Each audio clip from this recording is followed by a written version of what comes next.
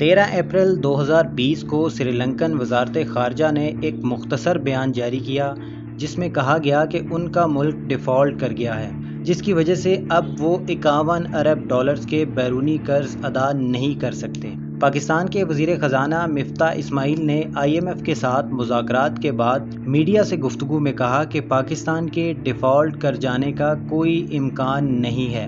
یہ ڈیفالٹ ہے کیا؟ کوئی ملک ڈیفالٹ کیسے ہوتا ہے اور اس کے عام آدمی پر کیا اثرات پڑتے ہیں؟ دی پریس کی آج کی ویڈیو میں یہی جاننے کی کوشش کریں گے۔ ڈیفالٹ کو آسانی سے سمجھنے کے لیے عام سی مثال یہ ہے جیسے آپ کسی سے 1 لاکھ روپیہ قرض لیں جس کی ادائیگی قسطوں پر طے ہو اور اس کی ادائیگی کے لیے 6 ماہ کا وقت مقرر کریں۔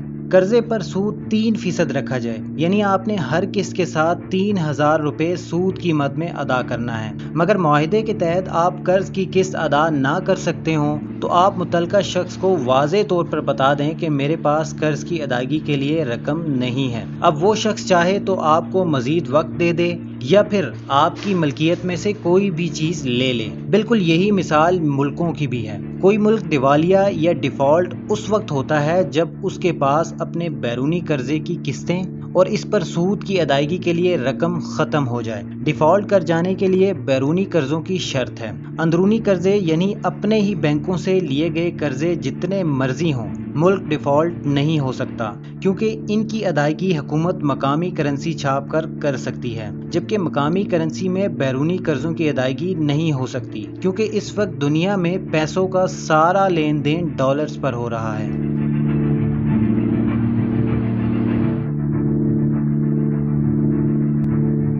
ایک ملک کے دیوالیہ ہونے سے پہلے جو علامات ظاہر ہوتی ہیں ان میں سب سے بڑی علامت یہ ہے کہ اس کے مرکزی بینک کے پاس موجود رقم بیرونی قرضوں کی قسطوں سے کم ہو جائے، کرنٹ اکاؤنٹ کا خسارہ بہت زیادہ بڑھ جائے اور زر مبادلہ کے ذخائر تیزی سے کم ہوں اور اس کے مقابلے میں بیرونی قرضے کی قسطیں اور ان پر سود کی ادائیگی ایک مسئلہ بن جائے تو یہ ظاہر کرتا ہے کہ ملک دیوالیہ ہونے کی طرف بڑھ رہا ہے۔ کرنٹ اکاؤنٹ خسارہ اس وقت بڑھتا ہے جب امپورٹ بڑھ جائیں اور ایکسپورٹ کم ہو جائیں۔ امپورٹ بڑھنے کے نتیجے میں ڈالر کی زیادہ مقدار ملک سے باہر جاتی ہے اور اس کا زیادہ دباؤ زر مبادلہ کے ذخائر پر پڑتا ہے کیونکہ وہاں سے درآمدات کے لیے ادائیگی کرنی پڑتی ہے۔ اس ادائیگی کی وجہ سے بیرونی قرضے کی قسط اور اس پر سود کی واپسی مشکل ہو جاتی ہے کیونکہ بیرونی قرضے کی ادائیگی بھی ڈالرز میں کرنی ہوتی ہے۔ اسی طرح اگر تجارتی خسارہ مسلسل بڑھ رہا ہے، درآمدات پر زیادہ ڈالرز خرچ ہو رہے ہیں اور برآمدات کی صورت میں ڈالرز کم آ رہے ہیں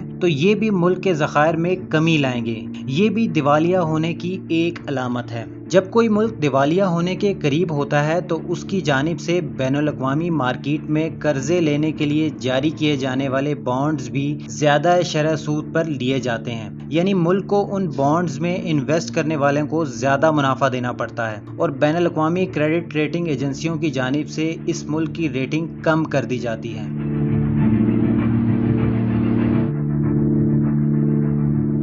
دیوالیہ ہونے کے کیا منفی اثرات ہوتے ہیں یا عام آدمی کا ملک کے دیوالیہ ہونے سے کیا لینا دینا ہے؟ یہ دلچسپ سوال ہے۔ کسی ملک کے دیوالیہ ہونے سے عالمی منڈی میں ملک کی کریڈٹ ریٹنگ بہت گر جاتی ہے اور عالمی اداروں اور دوسرے ممالک کی جانب سے مزید قرض کی سہولت نہیں ملتی۔ ایک ایسا ملک جو قرضوں پر چلتا ہے اس کے لیے عالمی مالیاتی اداروں کی جانب سے قرضے کی سہولت بھی ضروری ہوتی ہے تاکہ اس ملک کی معیشت چل سکے۔ دیوالیہ ہونے سے کسی بھی ملک کو سخت نتائج بھگتنا پڑ سکتے ہیں۔ ملک سے جانے والا تجارتی مال ضبط کیا جا سکتا ہے۔ پاکستان کے اہم ترین اثاثے کسی دوسرے ملک میں قبضے میں لیے جا سکتے ہیں۔ چین نے سری لنکا کی جانب سے دیوالیہ ہونے کے بعد ہمبنٹوٹا بندرگاہ پر قبضہ کیا ہے جو اب 99 سال تک چین کے پاس رہے گی۔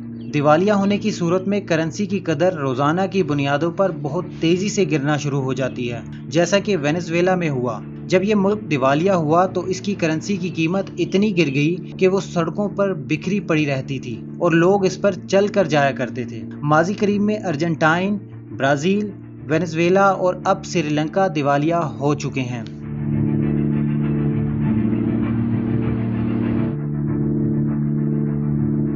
کیا پاکستان کے دیوالیہ ہونے کا خطرہ ہے؟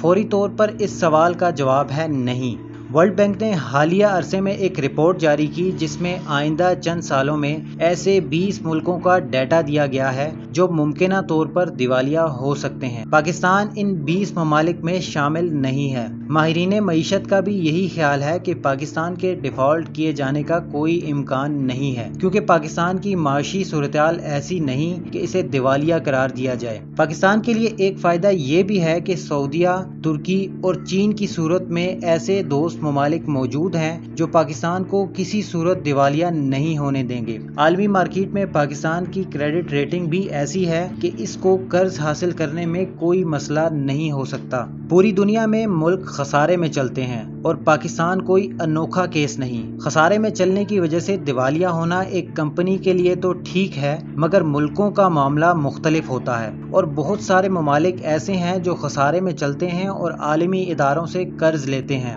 اس بات کا اندازہ اس سے لگایا جا سکتا ہے کہ دنیا کا سب سے زیادہ مقروض ملک امریکہ ہے۔